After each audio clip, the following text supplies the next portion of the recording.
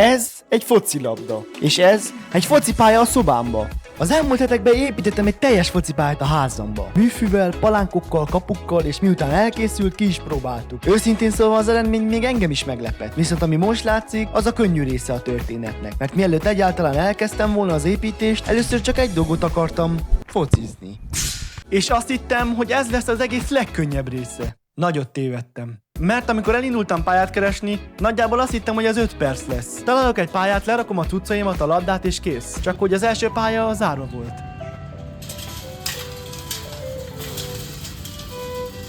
Zárva van. A második is. És a harmadik is.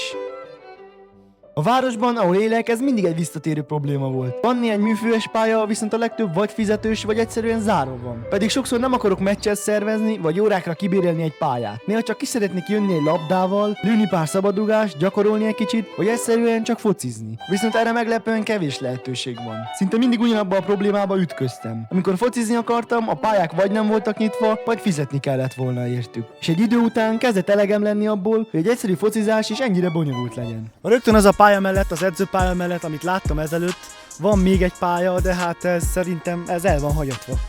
Elég durván. Nulla esélyre bemenni. Van egy nagy stadion a városnak, másik ligás csapatjuk van, szóval nem hiszem, hogy ide beengednek. Elég jó a fű, meg minden karbantartva van. És őszintén szólva, ezen a ponton már kezdtem feladni. Aztán eszembe jutott még egy hely. Nem tudtam, hogy milyen állapotban van, nem tudtam, hogy egyáltalán lehet-e ott normálisan focizni, de legalább volt egy utolsó lehetőség. Úgyhogy fogtam a labdát és elindultam megnézni. És végül találtam egy pályát, ami nyitva volt. Legalábbis technikailag. Ez az egyetlen hely, ahol lehet focizni, viszont van néhány probléma. Kapu előtt konkrétan ott áll egy fa, nem mellette, nem mögötte, előtte. A háló teljesen hiányzik a kapuról, a betonból gaz nő ki, és vannak itt olyan ruhák is, amikről inkább nem akarom tudni, hogy mióta vannak itt. Őszintén szólva nem egészen ilyen pályára számítottam, de gondoltam, adok neki egy esélyt. Igen, az első rugásból felnakadt a labda a fán. Ember, a másik nem adom oda a cipőmet. Nincs mivel. Nem fogom adni a cipőmet. Vezi? Haici. Acolo unde. Vezi?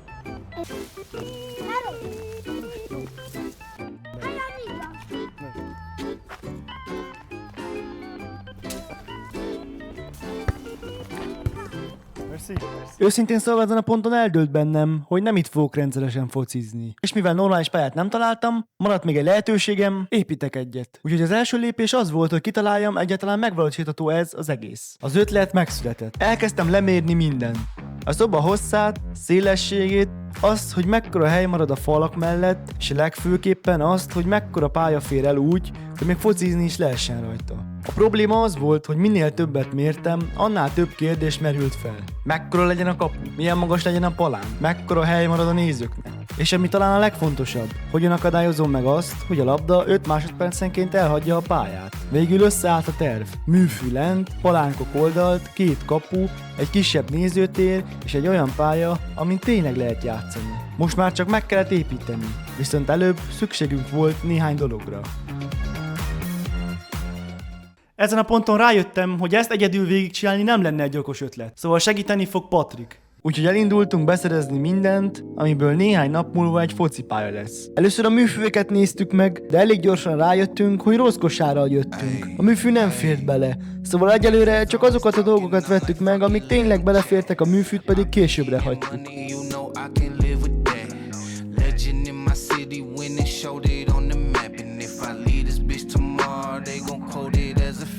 I'm like, who the hell could stop me? Carbon copies on my timeline. Get up out your ego, learn to think with your divine mind.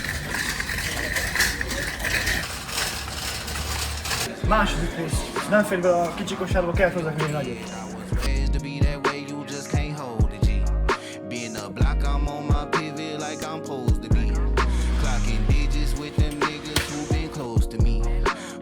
Ezt úgy számítottuk, hogy gipszkarton lesz a palánk, ez. Szóval ebből kell kb. 7-8 darab. Szerintem ez elég jó lesz. Ja, ugye 2 méterszer 60. I'm talking rich, gift givers, type of around and pay pay your rent quicker. I'm talking that be. Na, egyelőre ennyi. Megnézzük, hogyha elég, ha nem, akkor még lehet kell bővíteni, és jövünk vissza. Veszünk még egy csomót. Baby, please don't waste my time. We eating steak and drinking wine. If I say I want it, they gon' get it every time. Take me to the bank, put some money in my hands. Itt vannak még. De nekem nem ilyen kell, hanem olyan kell, amelyik csak egyenes, nem nyílik itt ki. Lehetetlen megkapni dolgokat. 2, 4, 6, 8. Aha. Azt még vannak a sarkok, nem? Felnek még a sarkok. Ott az a sarok nem jó? Na, ez túl vastag. Itt van még. De az a baj, vannak ezek a szarok itt benne.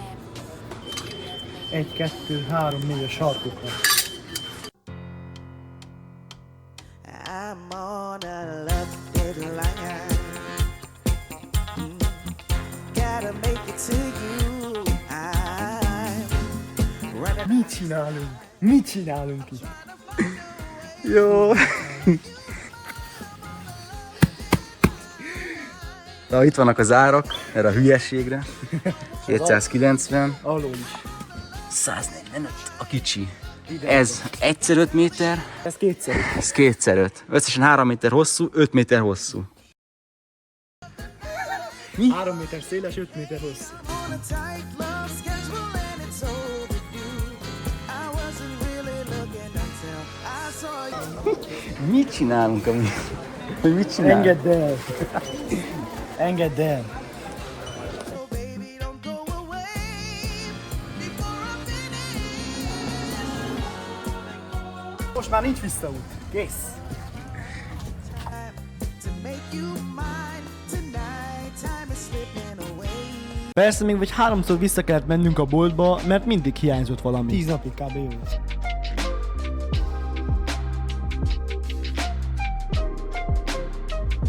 A következő probléma az volt, hogy a focipálya helyén még mindig egy szoba volt. És most jön az a rész, amit alig vártam. A szoba kiürítés. És ahhoz, hogy ide pálya kerüljön, először mindennek mennie kellett.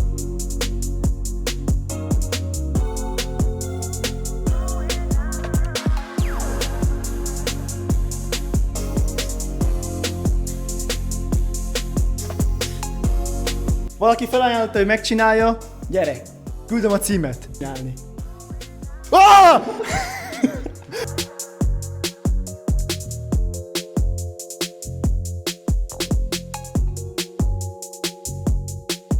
Mi félszol? Basz! Ha megint letűrik. Ugye azt érted le?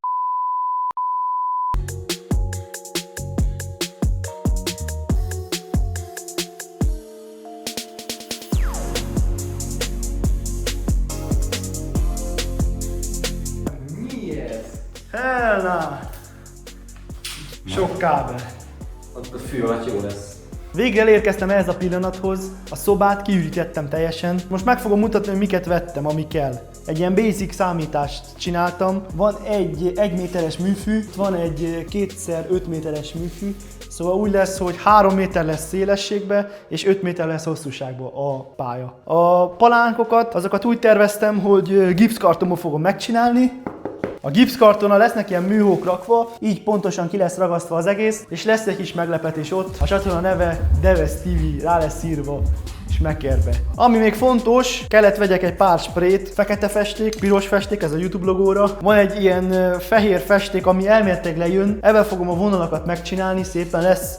Rendesen minden stadionban olyan lesz az egész vonal. Van még egy ilyen kis szilikon, ezzel fogom a műhókat felragasztani a gipszkartonra. És még van itt egy pár apróság, egy pár csavar, ezekkel fogom a gipszkartonokat így összefogni. Most jön a legjobb rész, le fogom teríteni a műfüvet. Lássuk, vágjuk is -e. Úgy kéne elvágjam, hogy nem kéne a füvet is elvágjam vele. Mi hogy bózik. Júj! Júj! Nagyon jó minőség. Nagyon jó, bár. Ezt is elvágom szépen. Lerakom ide.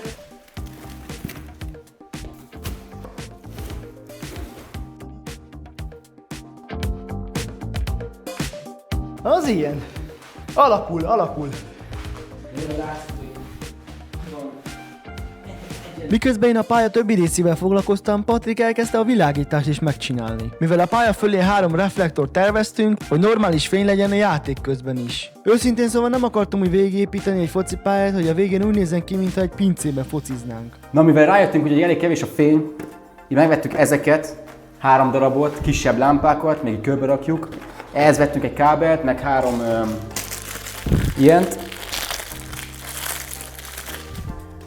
Ez, amit akkor ugye összekötünk ezzel, és berújjuk a hosszabbítóba. Remélhetőleg nem lesz túl sötét a pálya, mert a videón megkipróbáltuk, és túl sötét volt eddig. Hát, ha ez megoldja. És ekkor jött az egész projekt talán legnehezebb része. Mielőtt össze tudtuk volna rakni a pálya keretét, először minden egyes faelemet méretre kellett vágnom. Ezek kerültek a gipszkartonok hátuljára, hogy összefogják az egészet és adjanak valamennyi tartást a szerkezetnek. Ez önmagában is eltartott egy darabig, de az igazi kihívás csak ezután jött. A gipszkarton elemeket össze kellett fogatnunk, hogy végre kialakuljon a pálya teljes kerete. Papíron ez egyszerűnek hangzott. És miután elkészült a keret, elkezdtem felragasztani rá a fehér műhó borítást, hogy egy kicsit jobban nézzen ki, mint egy sima építőanyag. És mivel nem akartam, hogy a palánkok teljesen üresek legyenek, úgy döntöttem, hogy készítek rájuk néhány egyedi dizájnelemet is. Kartonból kivágtam egy YouTube logót, illetve a Devez feliratot, amit később sablonként tudtunk használni. Őszintén szóval nem voltam benne biztos, hogy működni fog, de próbát megért. Miután minden elkészült, a sablonokat ráhelyeztük a palánkokra, és a festékprés segítségével felfújtuk a logókat és a feliratokat. És akkor kezdett először úgy kinézni az egész, mint egy valódi pálya, nem pedig egy rakás összeépített lap. Minél több elem került a helyére, annál jobban összeállt a kép. Viszont még mindig hátra volt a legfontosabb rész. Az egész pályát össze kellett rakni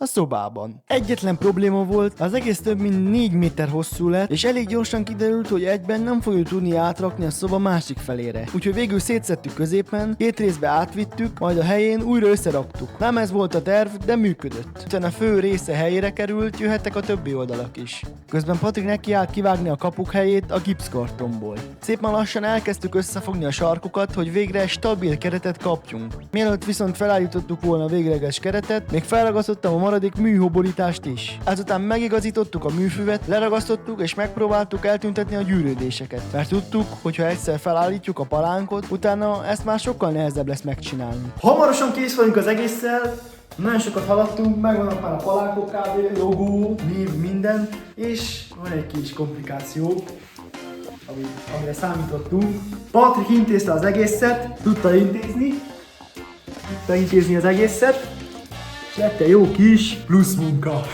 Ezt szeresség, nem baj, de jó lesz. Nem gondoltam volna, már 4 napja cseszekedünk ebben a pályával, azt hiszem, egy kicsit hamarabb meg lesz. Fejezzük már be! Eddig mennyi pénzért tartunk? 1200. Kb. 1200. Legalább 1000 fejből.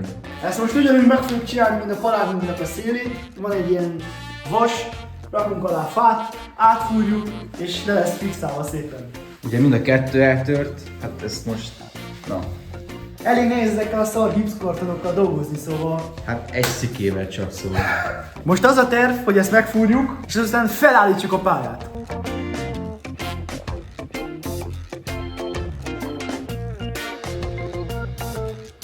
Ugye ez is meg a fehérre, csak utólag majd. Kapukba lesznek rakva. Ez nagyon jó lesz, te. Nagyon YouTube logo túl kicsi, azt mondtuk.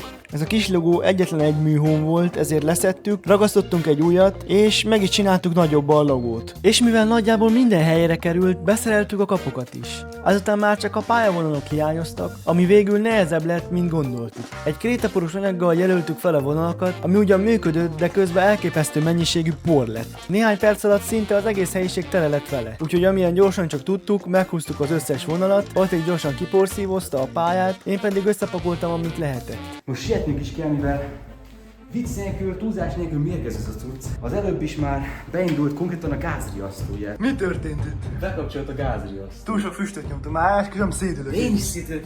Gázzal van a kája, meg minden, és van egy ilyen gázriasztó, folyjon a gáz, és az beindult. És most kimegyünk egy olyan 2-3 órára a lakásból, hogy menjen ki a füst, meg száradjon meg, és akkor holnap már jó lesz. Fárasztó nap után, 1:30-kor, Várjuk, hogy a füst menjen ki a lakásból. szárad a pálya. A kréta.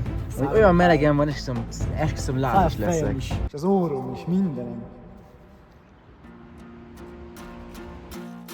És végre elkészült a pálya, és itt volt az ideje, ha kipróbáljuk. Viszont volt még egy vendég, akinek a véleményére különösen kíváncsi voltam.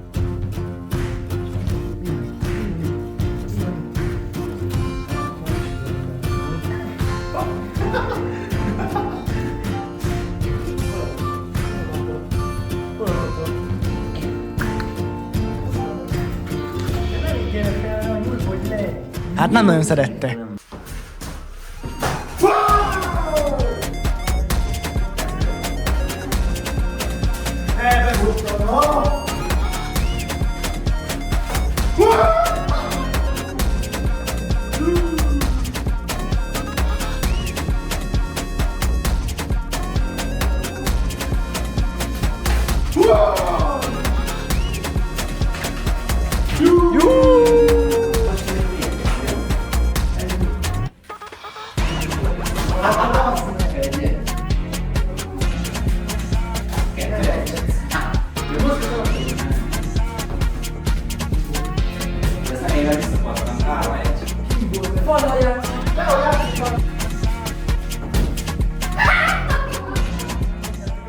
És őszintén szólva, ha visszanézek az egészre, elég abszurdnak hangzik. Napokat töltöttünk a tervezéssel, a vásárlással, a javítással, az építéssel, és azzal, hogy hogyan működjön egy focipálya. Voltak részek, amikor azt hittük, hogy minden simán fog menni. És voltak részek, amikor egyáltalán nem. De mégis működött. Elkészült a pálya, tudtunk rajta focizni, és ez volt a lényeg. De maradt még egy kérdés. Megérte ez az egész?